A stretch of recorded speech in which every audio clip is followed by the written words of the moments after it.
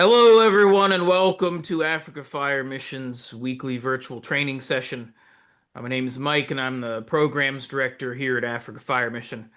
We're so happy that you took time out of your busy schedules to join us for today's training. Today, we're joined by Cyrus Kalemungorok. Cyrus is from West Pokot in Kenya. He is one of Africa Fire Mission's volunteer fire safety advocates.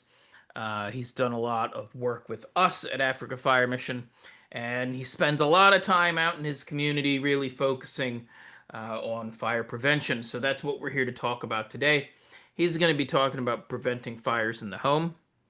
So lots of good information for you guys, not necessarily to educate you, but to refresh you on this stuff so that you can go, back out into the community and teach this stuff out in the community, right? So uh, before we begin, I'm going to pass things over to Errol. Errol is our fire safety advocate for Africa Fire Mission, and he's going to get us started with a couple words of encouragement. Thank you very much, Mike. Good evening, good afternoon, good morning, everyone. Welcome to this section of encouragement. So, our word of encouragement is coming from the word charity begins at home. It's an English proverb that says charity begins at home. What does it mean? As we spread the safety and the prevention measures of fire in our community, it should start from our home area. What do I mean? At home, we can teach our home members or our family members how to keep safe from fires in the kitchen, how to keep safe from electrical fires, and if we have time and we create time with our family, you can plan and do a drill in your house on how, when a fire happens, that's how you move, how that's you evacuate. Another encouragement to all of us is have the fire department numbers written all over your house, not written all over your house. You can stick them on your fridge, or you can write them on a paper and stick them in the wall. And also so that they can know when fire erupts, they can call the fire brigade. But the best thing is, as we spread out the word of prevention and fire safety outside in the community, let's also start with the home areas, whereby we teach our members, we teach our relatives, our brothers and sisters on the safe handling of fire equipments, on the safe handling of electrical equipments, and keeping our house safe from fires. Thank you very much, and over to you, Mike. Thank you, Errol. We appreciate those encouraging words and all the work that you're doing to try to help improve things for firefighters really throughout all of Africa. I'll invite everyone to stick around at the top of the hour. When we conclude today's training, we'll go back with Errol, where he'll be hosting our tea time. Tea time is a time where you can ask questions about today's training. It's also just a great place where you can network with other firefighters from throughout Africa. I see we've got folks from a couple different countries joining us already. Go ahead and drop us your name and where you're from in the chat, and we can see what kind of coverage we've got from all over the continent there. Just an administrative note before we get started with the training today. If you stick around for at least 70% of today's training, which is usually about 40 or 45 minutes, you'll receive a certificate of attendance for today's training. If you get cut off, your network drops, you can't stick around for some reason, that's all right. There's other ways that you can earn that certificate. If you head over to our webpage, www.africafiremission.org, go to the resources tab under training materials. There you'll find a link to our Google Drive where you'll find a recording of today's training, as well as all the other trainings that we've done so far this year. If you watch a recording, answer a couple questions to let us know that you watched the entire thing. I can get you a certificate of attendance for this class or any of the other classes that you may have missed so far this year. So I encourage you to please go over there and check that out. At this point in time, I think we're ready to get started with today's training. So I'm going to pass things over to my friend Cyrus here to get us started.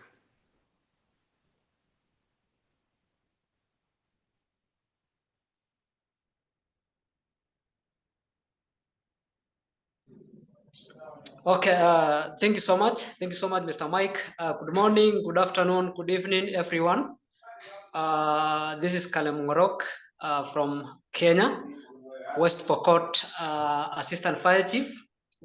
And today I had a fantastic week whereby I find myself out of my county or out of my residence. We went to another meeting for the national government regarding the devolution of the country.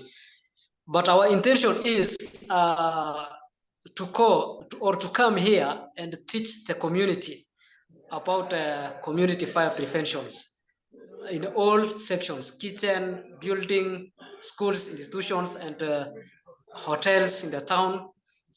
So with this privilege, I really enjoyed it because yesterday we had good sessions, and today.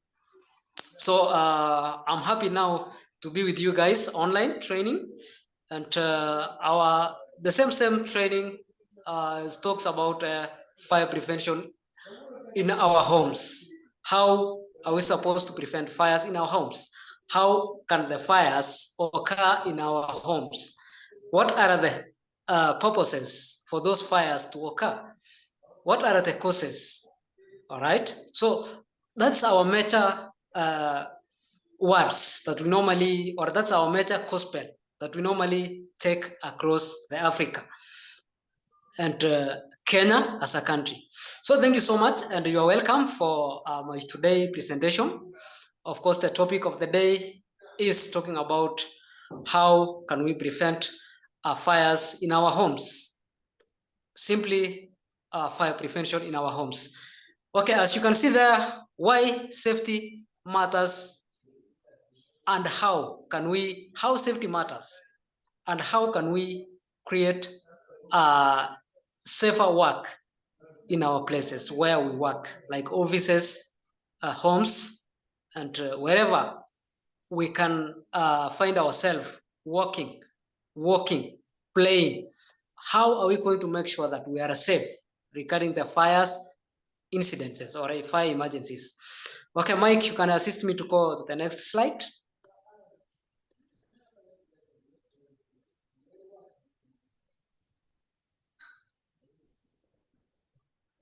So this is just the introduction part of the session. So now, so here we're talking about precautions. We say precautions is better to care, or it's better to cure, but to treat. Of course, cure is better than treatment. And that's why we are trying to do as a fire safety officers. We try to cure. We are trying to educate everybody that this and this one is supposed to be handled like this, so that it cannot cause fires. So, for example, here, this statement is true, and it applies to our kitchens, our workplaces, like schools, offices, classes, and where our residents. All right. So it is true that precaution is better than cure. All right. We can avoid a lot of incidences in the kitchen by doing what? Being proper in observation. We can avoid so many incidences in our kitchen, in our bedrooms, in our sitting rooms, when we start be careful on how we handle things that it can cause fires. Like that fire, that's a sitting room, or that's a resting room. You can see a big fire, you can see a seat. So down there you might found that there is something that caused that fire. And that thing that was left there to cause fires, it might be intentional, it might be coincident, all right? So those are the things that we understand. We need to understand so that we can avoid this kind of fire incidences in our areas that I've mentioned, all right? So we therefore present an overview of the have found the most common ways. Yeah, in these presentations, we'll find out that there is major causes that causes those incidences to happen. All right. We have just overview about few things in these slides that it can show us how can be a room left so that it can cause fires. How can be a school kitchen left by a cookers and later we will find out that there is a fire. How did you leave your sitting room today? How did you leave your kitchen today before you leave to the work? And after some point, you will receive a call that your home is on fire, right? Next slide.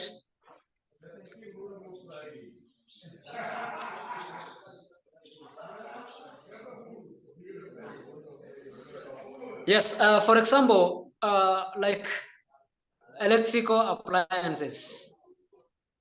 So those appliances, it depends on how you handle, all right? And those appliances rely on how you did the electrical cabling or electrical wiring. So those appliances, for example, heaters, electrical cooking stoves, running machines, maybe in the workshop, TVs in the house. So it depends on how have you done the wiring of that equipments, socketing, size of the wires, regarding the heavy, how heavy is the machine, all right? So those kind of appliances actually requires a proper installation and proper wiring of the electrical, because electrical has a currents and the currents need to be transferred correctly by the correct device. I mean the correct wires, all right? Like for example, in our local homes, we normally do maybe a shortcuts. We normally do things that is not correct way, all right? So now if somebody can install a socket that has more than 24 volts currents and use a TV to connect that socket, automatically there will be a big explosion to that from that TV, because the currents that the TV allows to go through is few, and the one that you produce from through your sockets will be a lot, so it will make that TV to burst. So now we say before you leave, make sure all appliances in your room. Of course, here I can say, before even you install those appliances, do a proper wiring, right? Do a continuous check of those appliances, whether they are in firm position where you installed them or where you place them. Make sure that they are stored properly, where it cannot shake and fall down and cause maybe connection of positive and negative wires, so that it can brought fires. At some point when you leave your home, when you leave your office, when you live where you have been using a machines that uses electricity, make sure that those appliances are off. Even if you are not able to shut off the machines themselves, make sure that you shut off the electricity by itself, so that it can remain. There will be no, there will not electrical supply to the machines. All right. So next, Mr. Mike.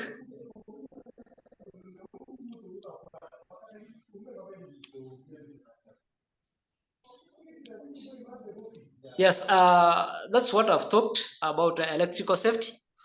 So I say another thing is keep electrical appliances away from you to avoid electrical and fires. So in such a way, we say you keep away water from electrical wires, right? And sockets. Don't do wiring on wet floor. Don't pass the electrical wires under the carpets, right? At least when you're doing transfer of currents from one place to another, maybe you need a machine to be used at a certain point or a particular area, whereby you don't need to do a lot of wiring, but just to do a simple transportation of those currents through the extension to that area. So don't transfer it through wet areas. Avoid where there is water. All right, I said do proper wiring. When we say do proper wiring, regarding the size of the wires and the insulations, make sure that all wires are insulated, that can be used to carry electrical currents, right? So do not, yes, another thing is do not overload the extensions. As you can see, mine there, it has been overloaded. It has a lot of transformations of wires. That means maybe another one is going to the TV, another one is going to the heater, another one is going to the fridge, another one is going to the maybe television or a charging system. So we say in your house, in your office, wherever you work with electrical powers, please, when you are using extensions, never overload your extensions. All right. So we say again, never touch electrical sockets by using wet materials. For example, don't if you are maybe touching water, or if you have been using water somewhere, never come from there and go direct to the electrical switches. Don't play with water around the switches. So what that electric cause when you apply water through the switches? Number one, it may cause fires. Number two, it may cause shock to you, so as a user.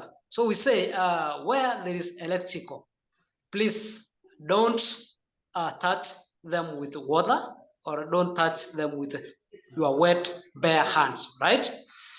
So again, we say especially here in Africa, we know that we have thunderstorms, we have lightning, we have a lot of rainfall. All right. So we say when the rain is on, please avoid using electrical machines. What do I mean by electrical machines? Electrical machines, it is like the machines that uses waves so that it can make its major activities. Which are those machines? Like, for example, TV. All of us know that TV cannot work without waves. Our phones cannot work without waves. So now we say, according to our safety and the rain and the thunderstorm and the lightning, we say we need to avoid, we are supposed to avoid using those gadgets when it is raining. The reason for that is, in your phone, we have currents through your battery. When you are charging those phones at the same time you are using them, remember that there is a current from electricity and there is a current from that battery that it is in your gadget, right? So outside, there is that waves of network. Now, when there is a lightning, remember, lightning coordinates well with the currents and the waves. So the waves, you might be receiving a call from somebody, and the waves is being directed to your phone, right? That is the case. And maybe the lightning might occur outside.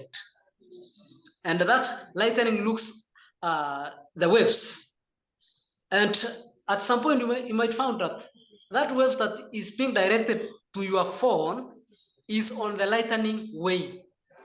So at some point, the lightning will join the waves, and it will be direct to your phone. And that from that phone, there will be a current that it is being connected from your phone to that gadget or from electricity to your phone. And now from your phone to your ear or to your hands. Of course, when the lightning is being directed to that point where you are standing or to that point where you are using that phone, automatically the lightning will be will strike you through that phone, through that process of waves, currents to you, right? So we say when it is raining, please avoid them, because in my local area, we have seen so many people have been killed by the lightning during the rainy season while they are using their phones. Either they have been charging or they have been using to communicate. So we say, please avoid using the phones, those TVs, when they are raining, because that's the lightning is one of the causes that may cause fires and it may cause death. All right. So we say again, check your cables. Your electrical cables all the time. Make sure that you go through them so that you can find out that how strong it is or how faulty it is, so that you can replace them very quickly once you find one is tearing. So to avoid safety of your place, safety of your home, safety of your children, safety of your workers, safety of your co-workers. All right. So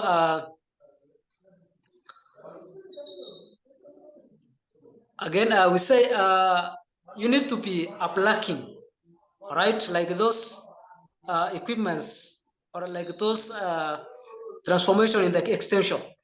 When they are not in use, try to unplug them from the extension.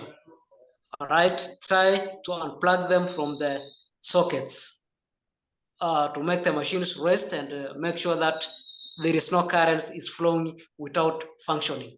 All right, next slide, Mr. Mike.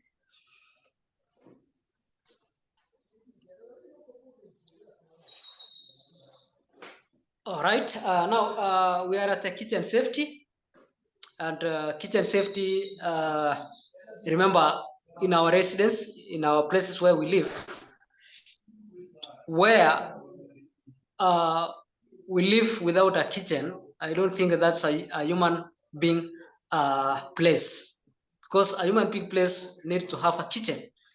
That kitchen will help to produce a meal and do so many other things that it can help a human being to continue living. So number one, in the kitchen, we need a proper safety, right?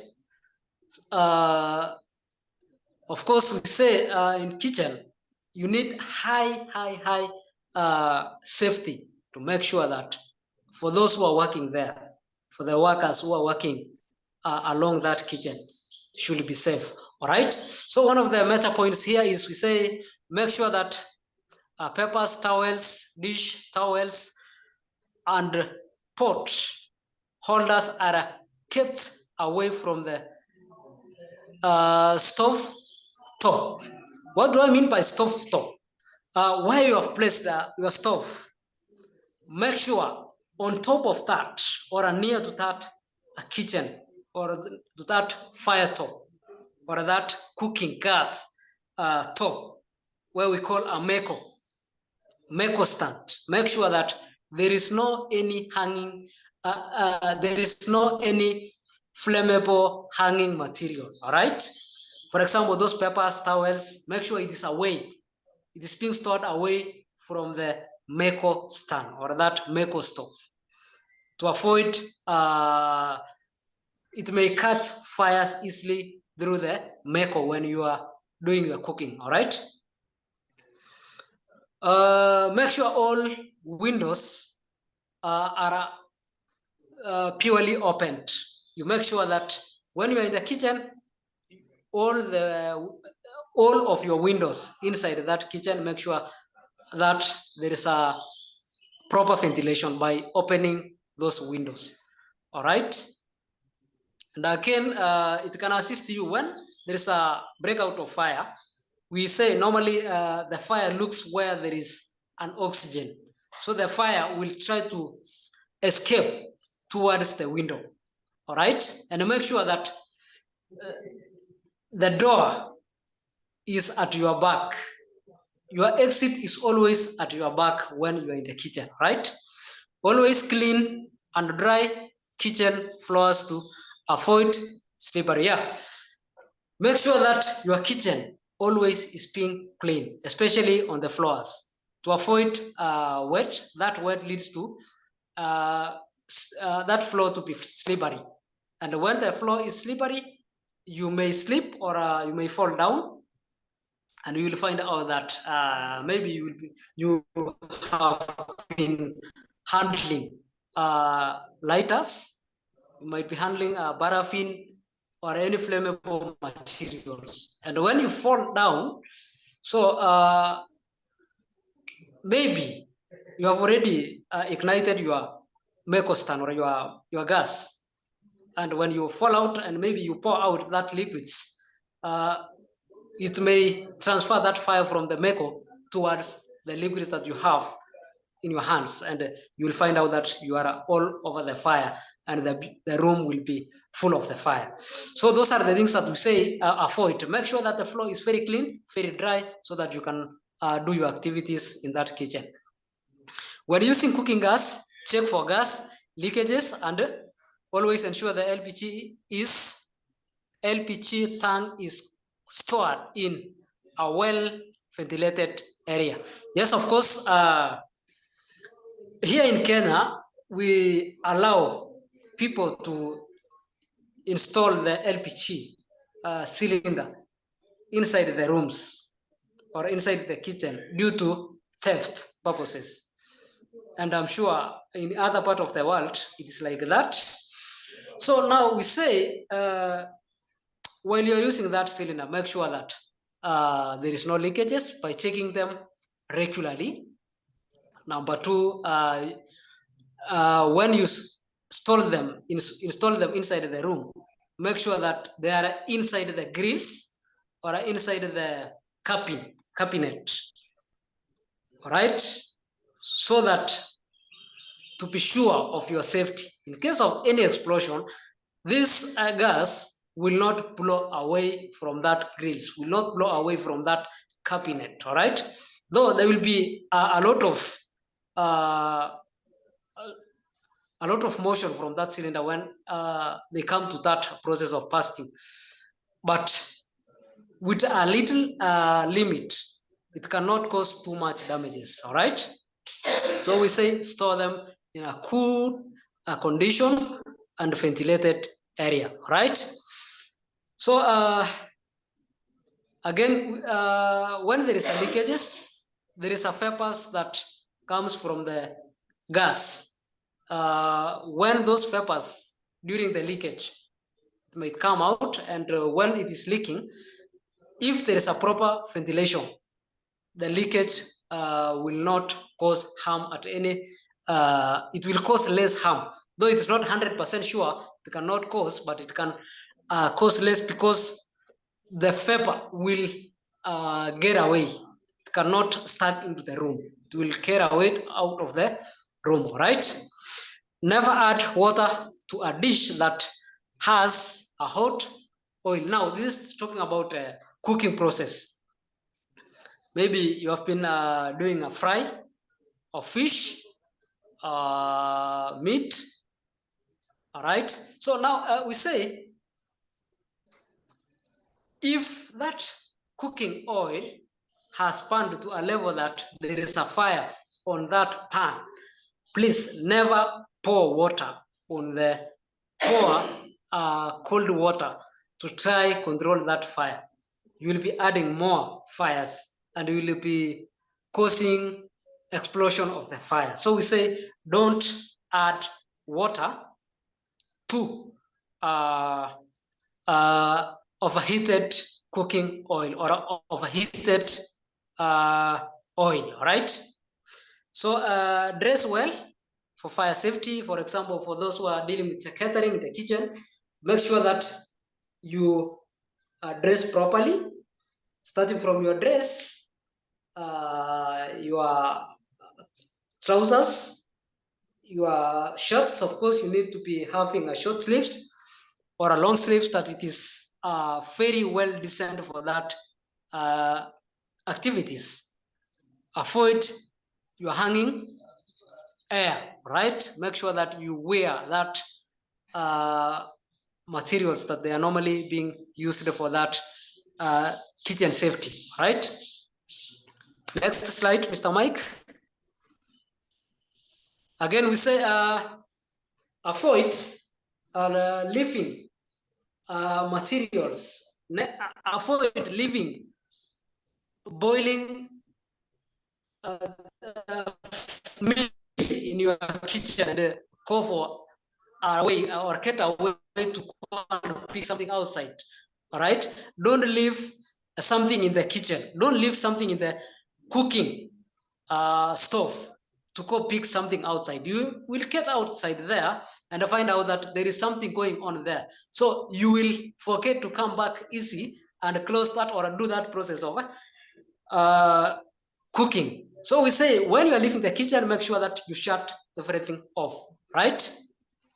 Avoid reaching over the gas burners. Yes, don't do activities that it crosses above the burners, all right, while you are doing that cooking. Store frequently needed items to other areas. Yes, we say also, instead of you making a cabinet or making a shelf above on that cooking meko stand, look another place to store those materials.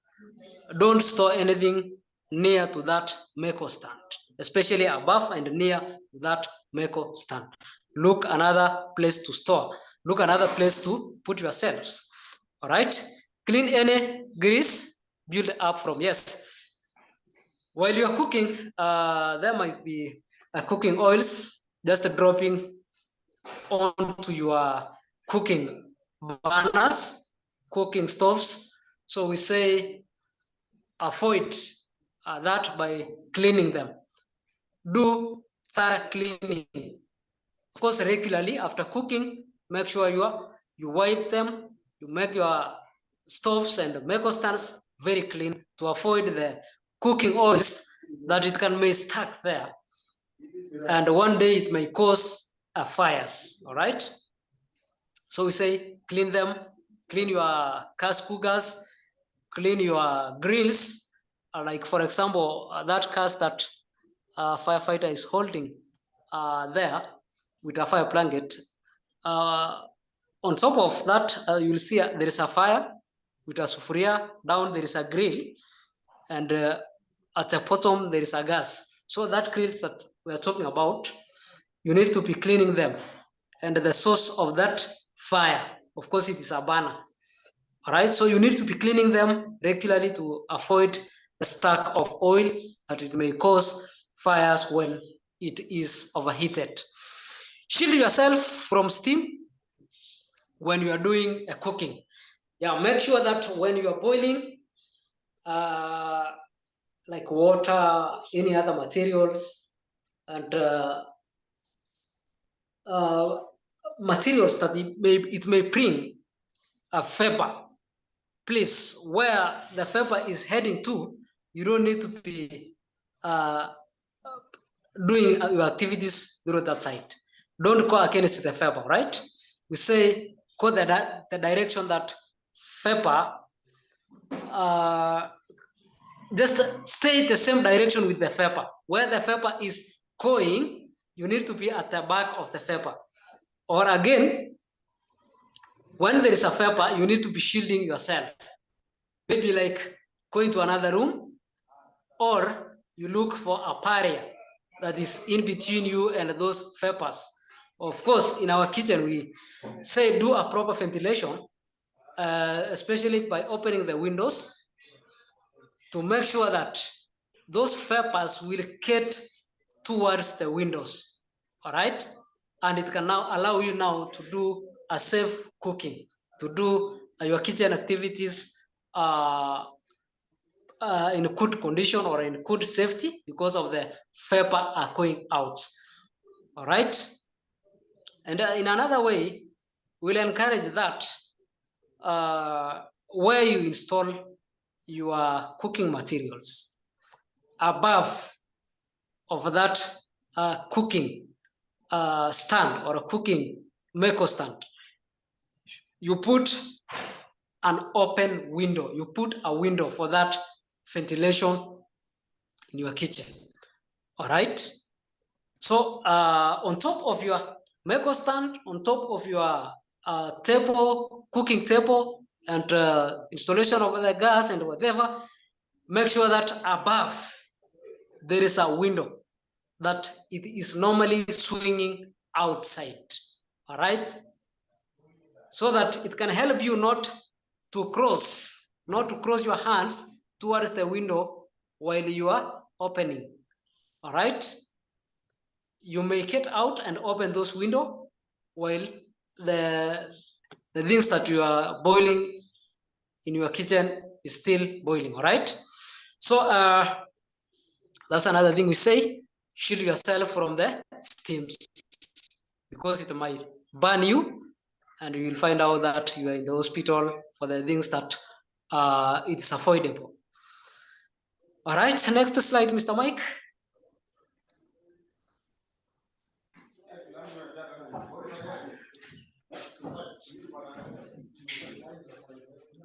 All right,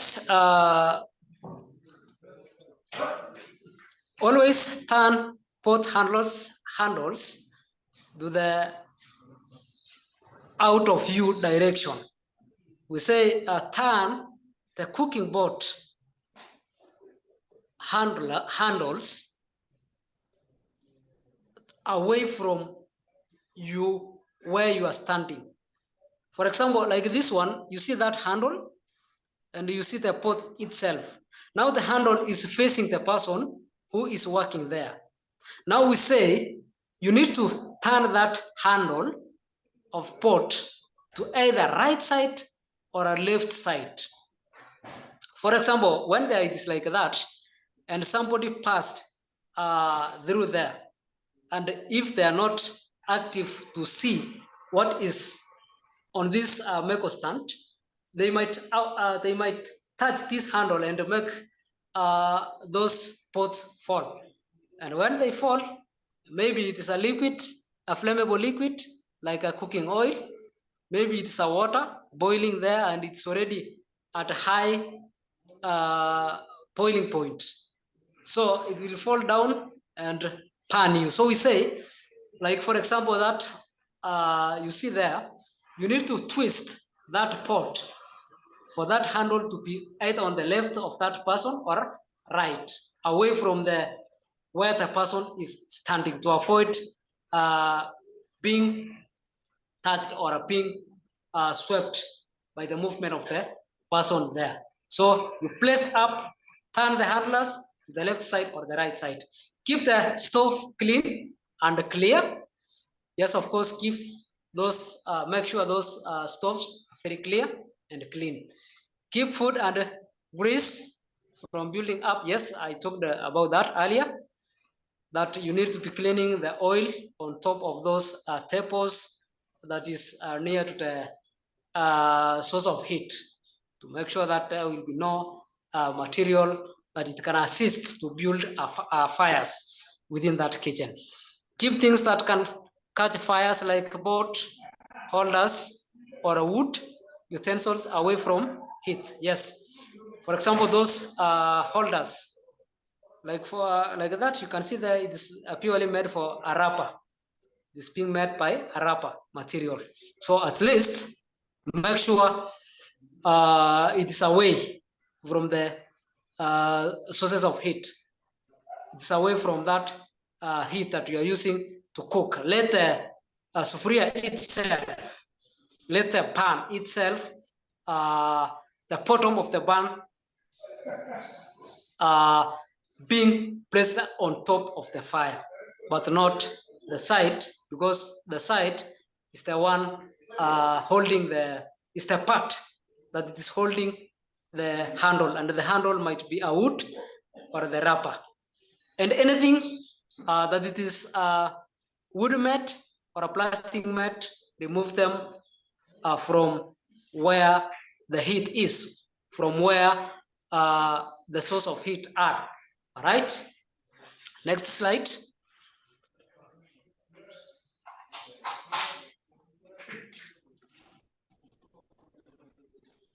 All right, prevent boil offers by not overfilling. Both use recommended temperatures instead of increasing heat or reduce.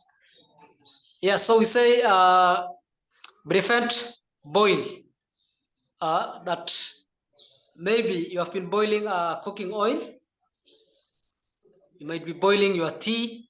You might be boiling your water to shower or to do anything.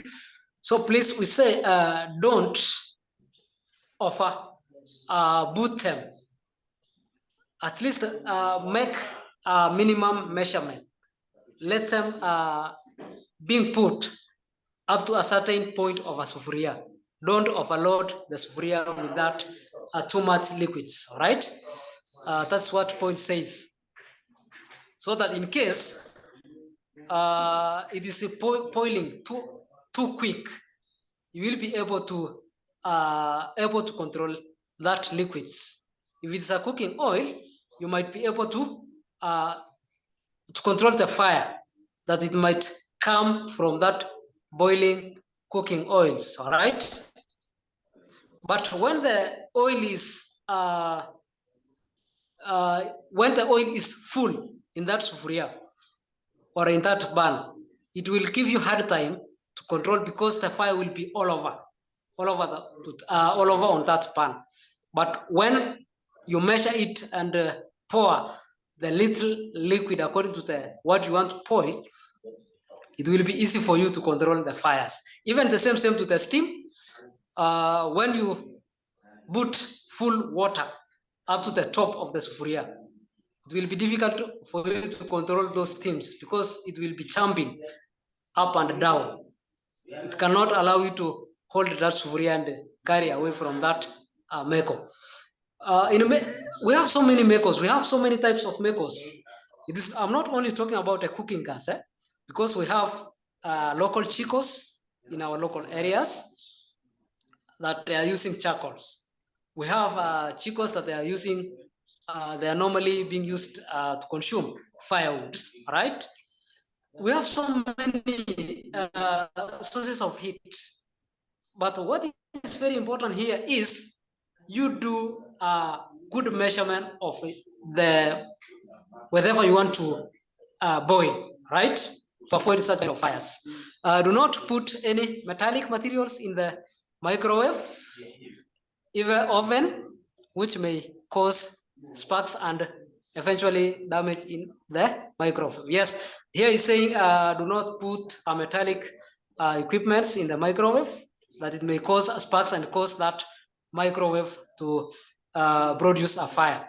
Frequently wash dish, clothes, and sponges. They catch fires easily. Yes, of course, make sure that those equipments are very clean. Dishes, clothes. Do not use your kitchen towel up to some point. They will have a lot of oil. Of course, when it goes across the fire, it will melt and cause a fire quickly. All right, next slide, please.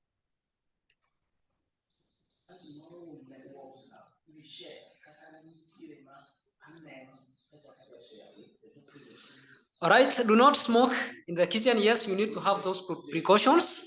For example, you can put stickers in your kitchen, in your bedroom, in your sitting room, in your resting room, I mean. Those stickers that keep reminding people, please do not smoke in this particular section. Do not smoke in this particular area. Okay?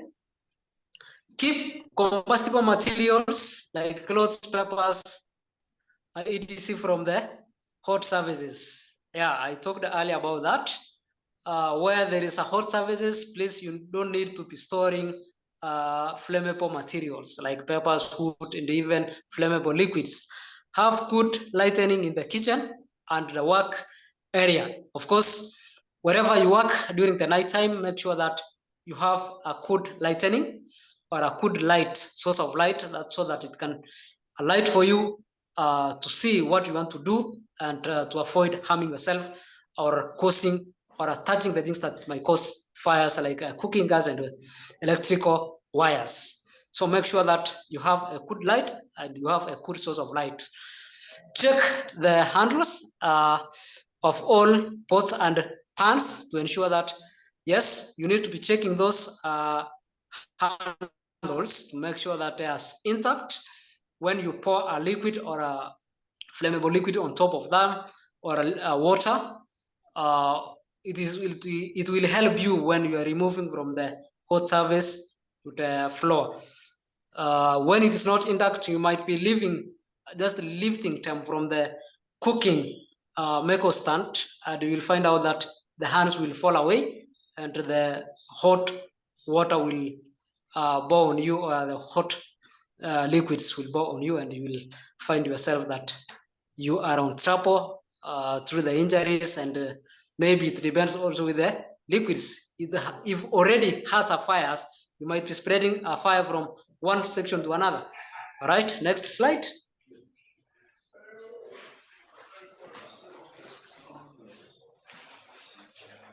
All right, enforce no smoking policy inside or outside the house. Yes, I talked about that. In your home, in your working place, in your offices, ensure that your workers will have that freedom of smoking by building for them sheds. And in those sheds, there must be a water.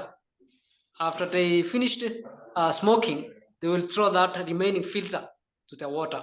Practice proper housekeeping all the time. Make sure that flammable materials, peppers are out of the children, and teach your children not to be going to where there is flammable materials like flammable liquids, paraffins. We normally use them in our home, petrols. All right, so do that proper housekeeping and storekeeping. That's what I mean. Make them be decent, be stored in well and good condition. Flammable materials include candles, lighters, and matches, which should be kept properly, just to ensure that it is out of the children. It is out of where the children are playing with within, because remember that the children are the major causes of the fire in our residence. Okay, next slide.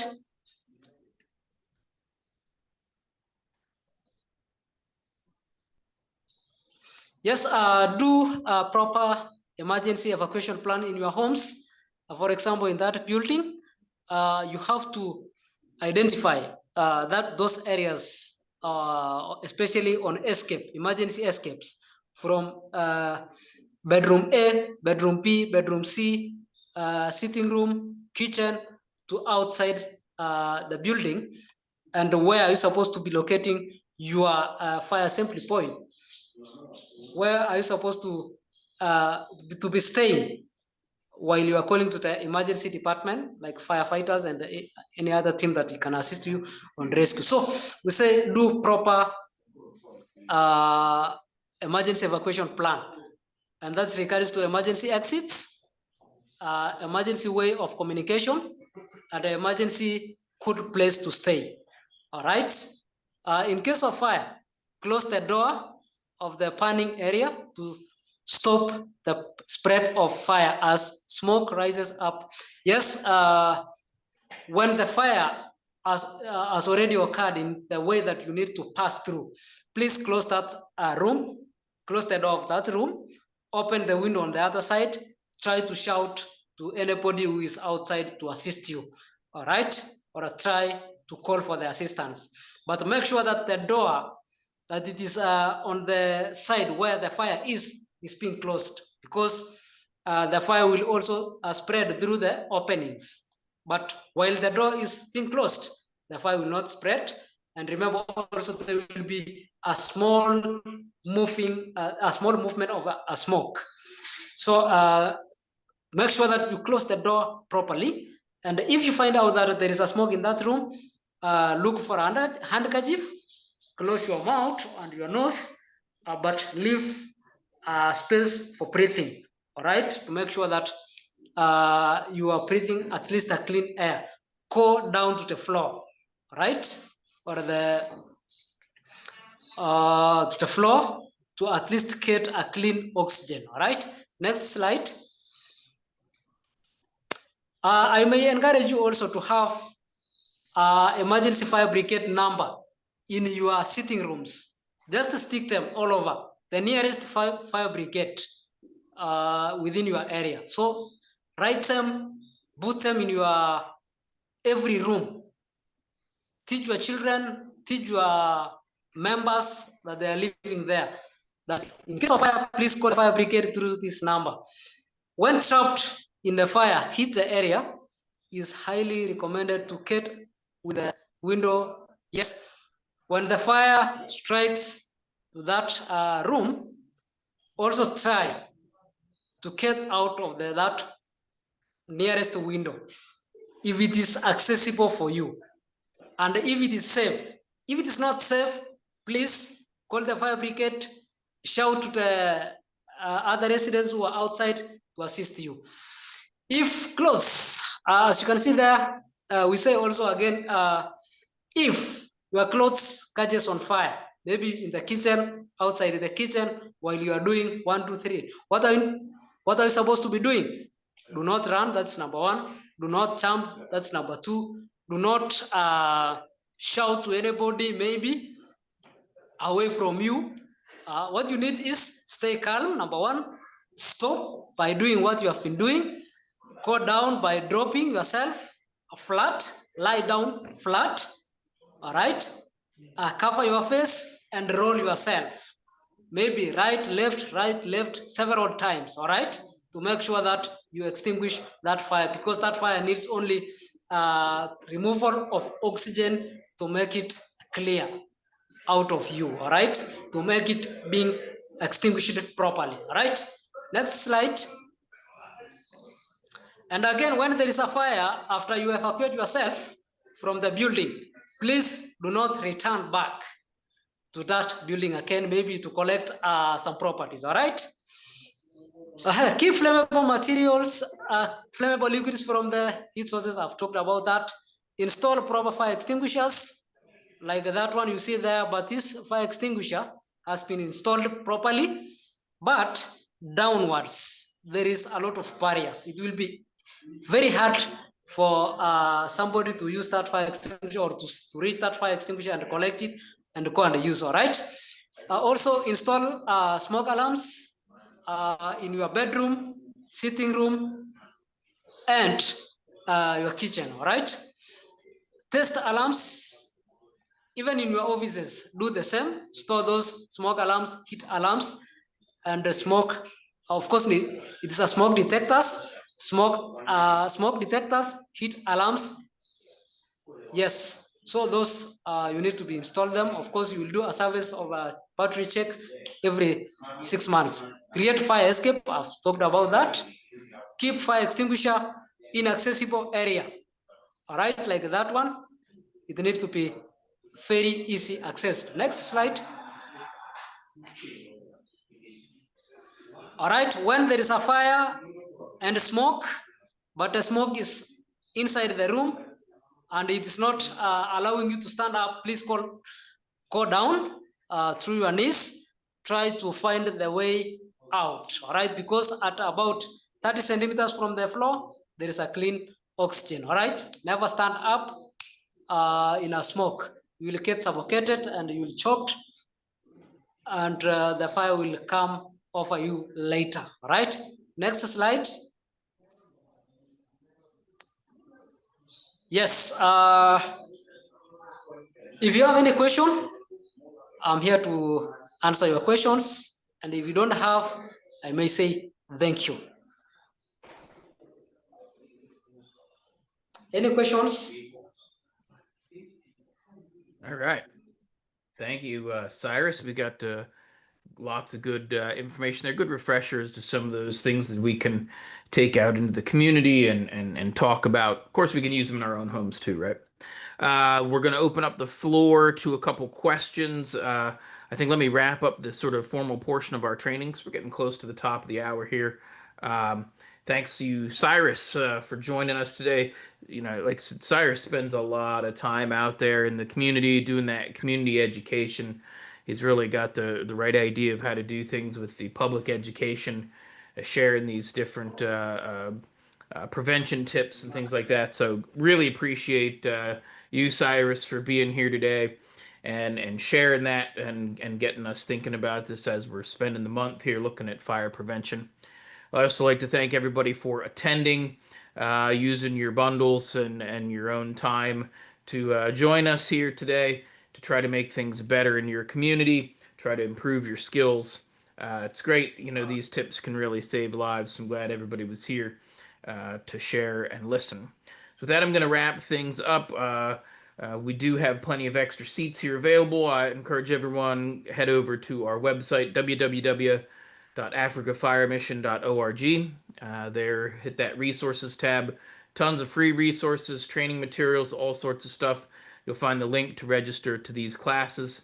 Plenty of seats. Feel free to share them with anyone that you think might benefit from the training that we're doing today. So thank you all, and I hope to see you all again next week.